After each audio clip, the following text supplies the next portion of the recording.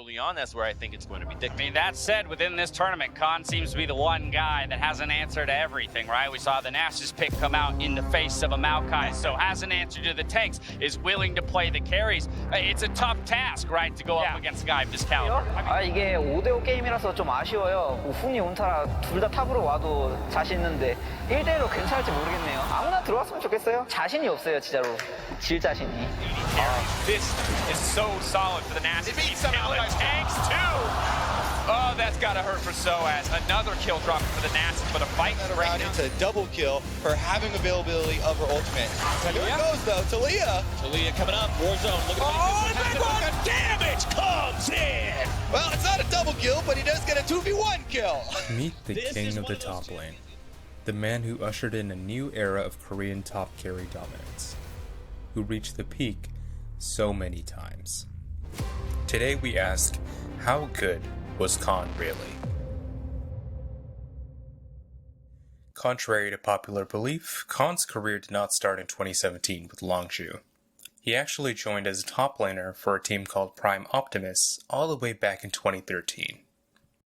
Khan began bouncing around, mainly in China. He moved from various academy squads and different renditions of WE before entering with a short stint on QG Reapers. It wasn't until 2017 that he finally got a real shot back in Korea. Khan joined Longzhu, a team with the famous Prey Gorilla duo, a newly promoted Cuz, and former CJ mid laner BDD. You look at the names now and think, damn, that's a good roster. However, the expectations at the time were low, mainly because of the question mark that was Khan himself. Who is this guy, and is he even good? Little did they know.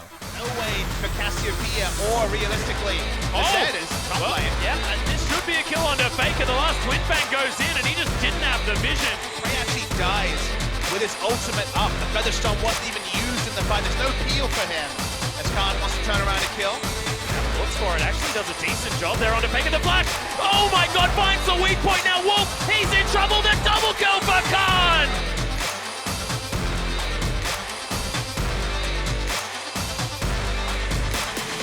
Well, you can acknowledge that. Really nice reaction time by Khan. King Khan arrived in emphatic fashion.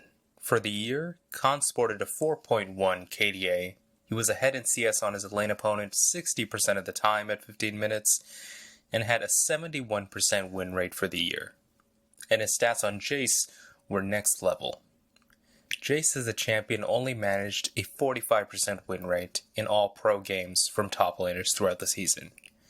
But Khan's Jace, how about a 92% win ratio? To say Khan was dominant in the LCK would be an understatement. He fundamentally changed the balance of power in the region by himself. Turning it around against Faker. Oh my god, that damage with the shock blast picks up Faker and Huni. It's going to be Prey cleaning up on the back end. Khan is still alive. My god, Blank is going to survive, but he couldn't do anything against the gigantic Jace. Longzhu went all the way to the finals of the LCK in summer. And against SKT, the reigning world champion at the time, it was Khan that made the difference. He beat the legendary powerhouse 3-1, was named the Summer Playoffs MVP, and went to Worlds as the new first seed of the LCK. And in many analysts' eyes, he was the best top laner in the world. The pressure of Worlds didn't seem to affect Khan either, as the team ended the group stage 6-0, and was placed against 3rd LCK seed, Samsung Galaxy in the quarters. The path for a championship run from Longzhu was set. Pushes forward. Well, I felt like the draft from Longzhu they gave up the win condition that they typically have, giving away the Talia and then Khan succumbing into the Cho'Gath. He has never played a tank in his entire LCK career, and now they do it after they got smoked game 1. Not too confident. Samsung Galaxy as they take down their first opponent. They are the first in the semifinals. And who can really stop this team?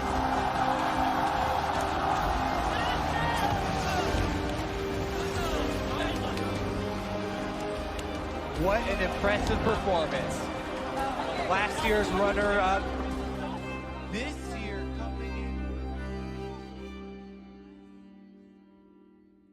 Longzhu's loss at Worlds was disappointing to say the least, but meta implications allowed criticism to temporarily pass them by. In 2018, Longzhu rebranded to Kingzone and added Peanut as their starting jungler. The newly rebranded squad was off to an incredibly hot start off the back of another incredible split from Khan. There was simply no match for him in the LCK. Somehow, he improved on his previous statistics from 2017, and not only that, but he secured 13 solo kills during the split with a pentakill to top it all off. Triple kill, quadra kill! Is this gonna be the penta? He's gonna be delivered at this time! That's gonna be the first ribbon in 3 years! Pentakill for Khan, and the 2-0 for Kingzone Dragon X! Kingzone Dragon X, the best in the world. They can do anything. They break out the ribbon. Well held for a long time, not forever. Kingzone Dragon X. Every other team, eat your heart out. Try and beat these guys in this. On the back of Khan's dominance, combined with the exquisite team play of the rest of the Dragon X squad, there was no question who the #1 team in the world was.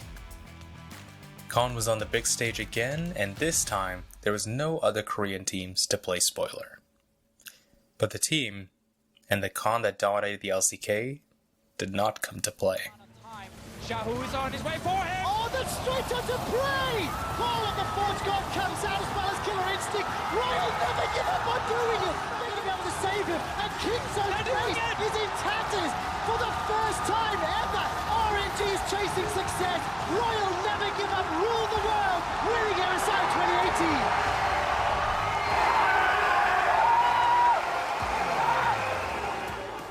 Yet again, on the big international stage, Khan wasn't the same monster he was domestically. People started to speculate, is Khan a choker?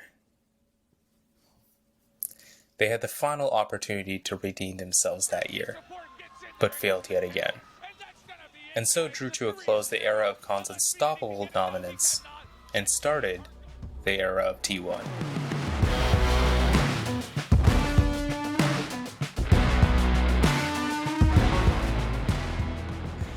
T1, the premier league organization in the world, had gone through a recent drought, and they were looking to upgrade in a big way. Khan was a part of that mission.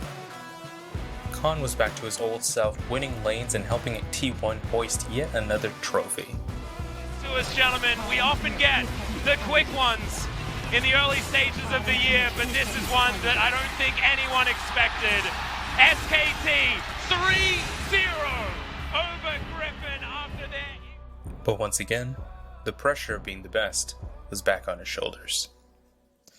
So one could only imagine how difficult it must have been when forced to run around chasing a pike for an entire game. Have been gifted and donated a Baron from SKT. That's a dunk from Wonder, death from below, for the double, for the ace, for the Baron, and the base. Khan had a decent series in some games, but overall, he was again outperformed by his counterpart, Wonder. Things seemed to get worse before they got better as well. T1 started the season 1-5 after MSI. They did pull it together in time though, and went into Worlds once again as a favorite. And just like MSI, their semi-final opponent was G2. A chance for revenge for T1 and for Khan. Collect on one, and Wonder is still living. G2 are coming out on top of the fight for now, but a beautiful body slam will not be enough. They're in the pinch. That is not where you want to be against Desire, and SKT have got nothing. This time, Khan had some pretty good moments, particularly in Game 2. Teddy and Klid tear through G2 Esports. Goodbye to Mickey. Goodbye to Wonder. That will be the ace for SKT. No, he gets taken out, and just like that, in an instant, the series... However, his individual talent couldn't translate into team victories. This time, T1 fell in only 4 games. For once, it was hard to accuse Khan of choking at a major international tournament. All his tournament statistics were stellar, especially his laning. But you had to wonder if this player was ever going to have the same winning impact he had in Korea on the international stage. Europe has ever produced.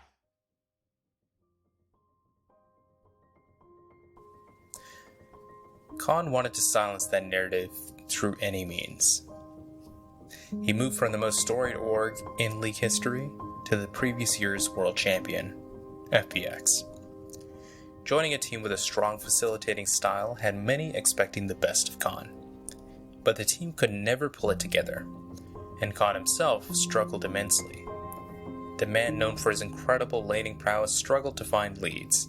In fact, in summer of LPL 2020, Khan routinely found himself down in CS and around 130 gold to his lane opponent on average within the first 15 minutes. And his win percentage on FPX dropped below 50% to a mere 45%. Was this the beginning of Khan's descent?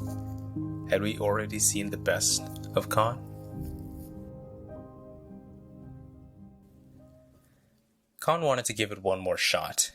He went from former world champion to former world champion as he moved over to Damwon Kia to replace Nuguri.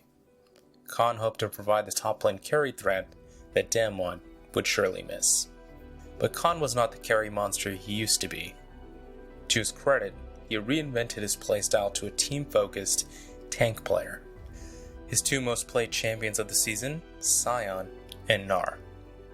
But just because he was on tank duty didn't mean he wasn't effective. His years of expertise playing on the big stage helped Damwon secure a spot at 2 international finals. And Khan himself had a solid MSI and Worlds performance throughout both tournaments. Up until the finals, of course. Unfortunately, Khan in both series struggled to make a large enough impact, and played below what he showed he was capable of throughout the rest of the tournament. He was so close, yet again. But in the end, it just wasn't meant to be. One of the most respectable parts of Khan was his personality. As much as he trash-talked before the game, he stepped into the press conference reflecting positively on his time with Damwon. He spoke highly of all his teammates, jokingly took blame for his performance, and encouraged a future generation to continue to grind this beautiful game. As far as I'm concerned, Khan is one of the greatest talents and personalities to ever play League of Legends, and that's how good he really was.